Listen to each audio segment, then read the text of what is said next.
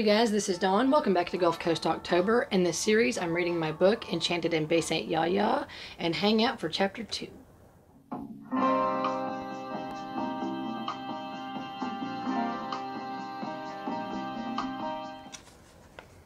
Hey guys, welcome back. This is Chapter 2 of Enchanted and Bay St, YaYa, Tater Salad and the Wishing Alligators.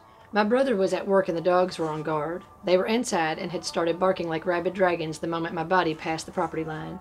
I'd been here 2 whole months already, but still Moose and Murky continued to unapologetically lose their minds like it's a competition. I would stereotype their breeds, but I'm not a fan of that.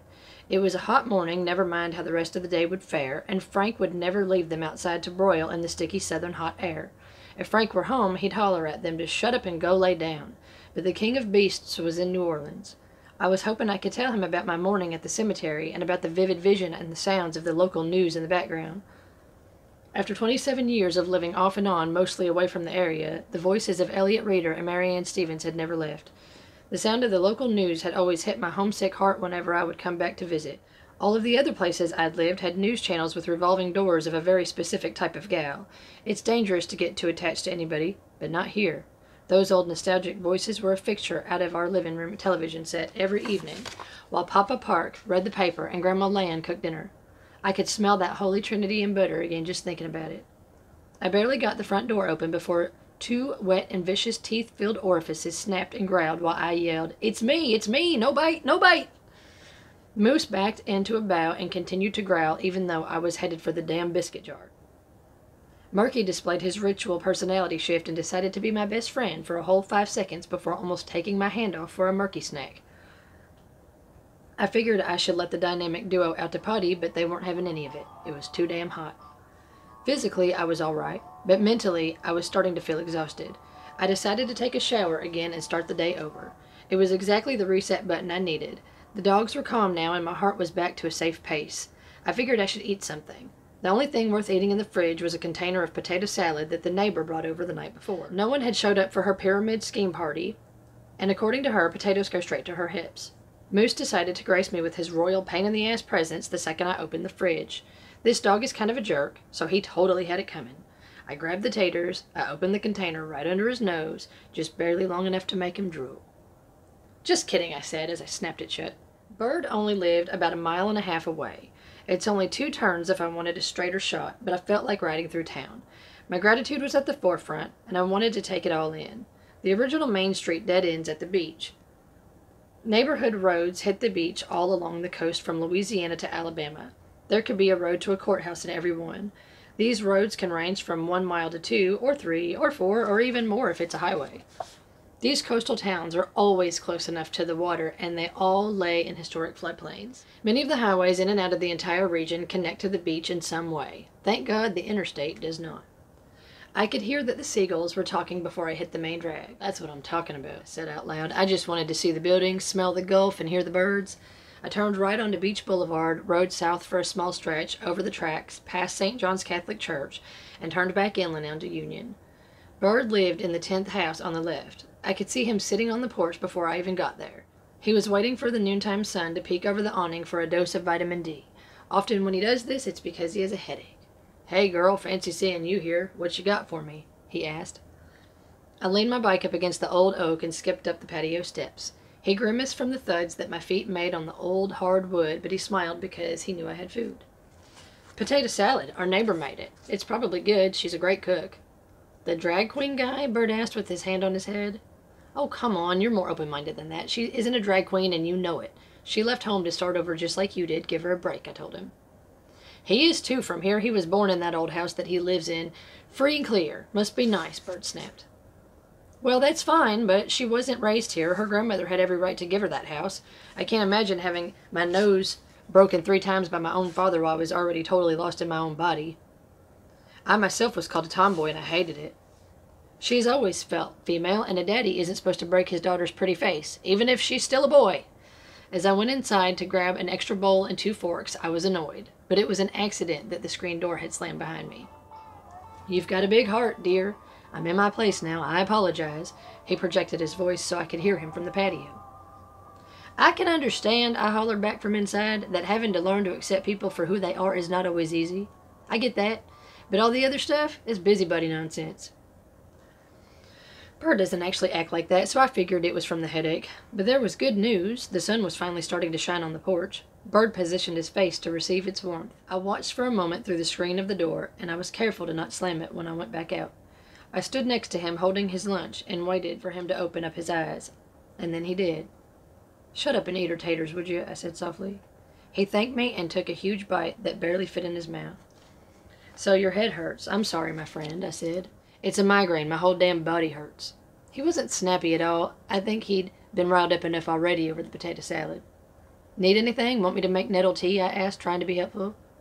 "I'm out, unless you want to find someone to drive you to Nans and get some for me?" he asked. "Not particularly, but I can drive your truck and you can ride shoddy. I'll drive real safe and we won't get popped by Louisiana's finest," I suggested. I was only a little nervous about it, as I loved the idea of going to Nans. I'd only ever been there once, and it was a fantastic experience. Nans is out in Lafourche Parish, Louisiana, about an hour and a half southwest of here. The shop in the shack is usually called New Orleans Nans. It used to be called Nans Organics. It hadn't taken off back then, as the name was boring and the store was cold and liminal in its vibe. She changed the name after the second year that she was open. Business picked up, but it wasn't enough to pay backed bills and keep the rent on time. She left the city and moved closer to the water, to a teeny-tiny town called Annabranch, in an area of the parish called the Down Bayou. She thought about changing the name again to something more fitting of the area, but all she could think of was cheesy appropriating terms, so she kept it to herself. Regardless, the place got a makeover. Instead of a bland tan store and a run-down shopping center, she found a small but beautiful shack cabin with running water and electricity right on the brown water. Bird stared at the sun with his eyes closed and took a moment of silence. He'd already scarfed down the potatoes and had started to get some color back in his face. He put his arms and legs out wide for a good stretch, indicating he was game to go for a ride. We called her first to make sure she was in town before we left. She was indeed, and excited to have the company. It wasn't 10 minutes before we were in his pickup truck heading down Chef's Highway. The drive was beautiful. With the windows down, you could hear every song of every amphibian and noisy insect in the tall grasses and slow-moving water that was all around us. They seemed to always sing one way when the sun was up and another when the sun is down. It gets louder than an accordion at times, so the roar of the engine in the truck was no match for it. Also, because of the noise, there's never much of a conversation. Pretty much the only thing that was said during the whole drive was, halfway there, when I yelled, "I'm excited!" with a smile on my face, and twice when Bird needed me to pull over so he could pee. Annabranch is a small, sleepy town surrounded by big, chunky webs of water and low-lying everything. The main drag has a gas station, some fishing shops, a few hamburger stands, and some other amenities you'd expect in a small town. Surprisingly, as small as it looked, there was still at least 2,000 residents that called this place home. We were only there to visit our favorite. Before getting all the way into town, I hung a right down a long road away from the bigger water and closer to the smaller bayous. Then I left onto a red dirt driveway with a lovely hand-painted sign by the mailbox. The mailbox had a sensor that tripped when you'd pass by it, and it played music like an ice cream truck. Both the mailbox and the sign adorned images of flowers and green vines. You knew the place was special before you even got there. Its ambiance was so whimsical that I swore there was fine glitter in the air. Of course, when we pulled up, Nan was already outside to greet us. Her frame was small and her skin was tan from the sun. Her gray hair was long and braided in pigtails that draped down far past her shoulders. They reminded me of waterfalls. She greeted us with her usual gesture of her hands together in prayer and a small bow. Bird tipped his hat back in his own personal "how do you do." I didn't have any special sign language for this welcoming ceremony. I turned red, I looked away, I smiled, and I said hi. They both chuckled at my embarrassment. It was obvious that I felt uncomfortable in this display of interpretive dance. The front door of the shop was a little crooked and low, but all three of us were short enough to walk through without having to duck. Once again, I was completely amazed by the impression of the place. It was like walking up in a vivid colored land after a rough night in a tornado. But instead, I had entered a magical portal to a botanical wonderland with all the colors of nature when dried to perfection. The building had one door in the front and one big beautiful window in the back. Everything else, except the stairs to the attic, where she slept, was lined with shelves of jars. Every jar was filled to the top with herbs from all over the South and a few from elsewhere. Mostly grown by her, they retained the magic of the area. Fed with love and essence of alligator, the ambiance alone can cure what ails you. Huge bundles of dried herbs hung from the wooden beams along the ceiling that she added herself. She also carried a variety of soaps, candles, oils, seeds, and gemstones. She had a pot of nettle, lavender, and chamomile ready for her grateful patient, as she made more than plenty for all of us. We sat around her rustic wooden table in the center of the shop and got caught up. First, Bird gave a rundown of all of his recent ailments and how often he runs out of her potions. Then, they came up with a monthly plan for her to send him a box of goodies in exchange for an envelope of $25 cash at the first of each month. Bird isn't getting any younger, and it's almost dangerous for him to drive that far anymore. Add a pounding headache with vertigo to the mix, and it becomes impossible. Next, Nan filled us in on the local gossip and stories of St. Charlie Chubby. St. Charlie Chubby, usually shortened to St. Charlie or just Chubby, is a huge 15-foot female alligator and the local mascot. Nan claims to haven't personally seen her yet, and I could tell she was jealous of the others that did. She chalked it up to the magical beast only revealing herself to locals descended from generations of ancestors to the area. You see, St. Charlie isn't just any alligator. Oh no, not exactly. She's a wishing alligator. Nan lit a joint, inhaled it deeply, blew it out, then told us of the most recent and horrific St. Charlie lore. It all started with the guy that owned the gas station in town. As the story goes, his wife kept shamelessly cheating on him with every bag boy in the area. In desperation, he fed a silver quarter to a live chicken, threw it in the backwater, lit a green bayberry candle, and prayed to St. Charlie Chubby to put his beloved wife in her place. The next morning, he found a chunk of concrete with 3 blonde hairs sticking out of it on the dock behind his station. The number 3 is a number of communication, and answered his prayers. His wife was nowhere to be found.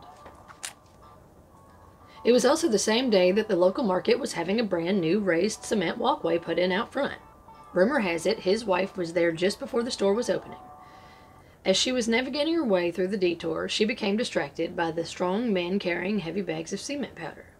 Simultaneously, for good measure of the curse, she lost her footing when her heel broke from under her and she fell into the 3-foot deep area that was just about to be poured.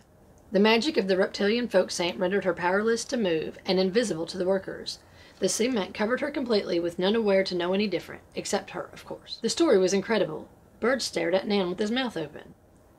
Or maybe he pushed her into the bayou and St. Charlie ate her up, I suggested. They both laughed, even though they pitied me for not having enough faith in the supernatural abilities of the Gulf of Mexico. I continued. How'd y'all even come up with that story? Oh, that, yes. Nan's voice imitated Dracula, and she wiggled her fingers in the air. On mornings of a new moon, like the day she went missing, some of the employees over there can hear a muffled voice whimpering around the storefront. The sound isn't coming from just anywhere. Oh no. It comes from within her concrete grave. Wah. The employees? None of the customers? I asked. Not just any of the employees. Her voice was normal again. Only the ones she slept with. Even the ones who no longer work there. Some previous fellows who worked there over the past 15 years or so have come forward with stories of horrible nightmares of the ordeal, validating the notches on her belt were more than the stars in the sky. Oh, that's why she couldn't keep her britches up, Bird said sarcastically. We all laughed. Then Nan wanted to catch up with me. I didn't have any current ailments or funny stories. I could feel my chest getting hot as I was becoming bashful again. I looked at Bird and used my eyes to plead with him to save me. He did. I was finally going to share my story about what happened at the cemetery. Deary went to Biloxi this morning, Bird said. I knew I was in safe company, and it felt good to share my experience. Afterward, Nan told me something that I took to heart. Seems like you do have some southern magic in that soul of yours after all. We spent the afternoon laughing and telling stories while hanging around the table, wandering around in her gardens, or fishing off the back dock. About 30 minutes before the sun started to set, I wandered around the shop and filled a small basket with a little bit of everything. Bird graciously picked up my $20 tab, along with a huge bag of dried stinging nettle for himself. Nan filled up 2 jars of hot tea for the road, a lagniappe on the house. We had an authentic southern goodbye. She walked us to the truck, and we talked for another 30 minutes before we were finally on our way back down the red dirt driveway. I said goodbye to the whimsical welcome sign and the beautiful musical mailbox. I said goodbye to St. Charlie like she could hear my thoughts, and I said goodbye to Anna Branch as it became a blur of small yellow lights in the rearview mirror. The sun was down, and the black sky was full of stars. Bird was completely better and very content as he looked out the window and listened to Mother Nature's nightlife of the lowlands. The drive was long, but I didn't mind at all. Getting to my homeland is second nature to me, so I was able to enjoy the night songs as well. I was too calm to go home and get riled up by the dogs again, so I crashed on Bird's couch. I slept heavy and dreamed of a church filled with wild lavender. In the center of the sanctuary stood a 15-foot-tall statue of an alligator dressed like the Virgin Mary.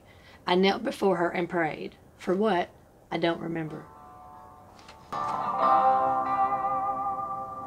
Thank you for hanging out for Chapter 2 of my book, Enchanted and Bay St. YaYa. I will see you in Chapter 3.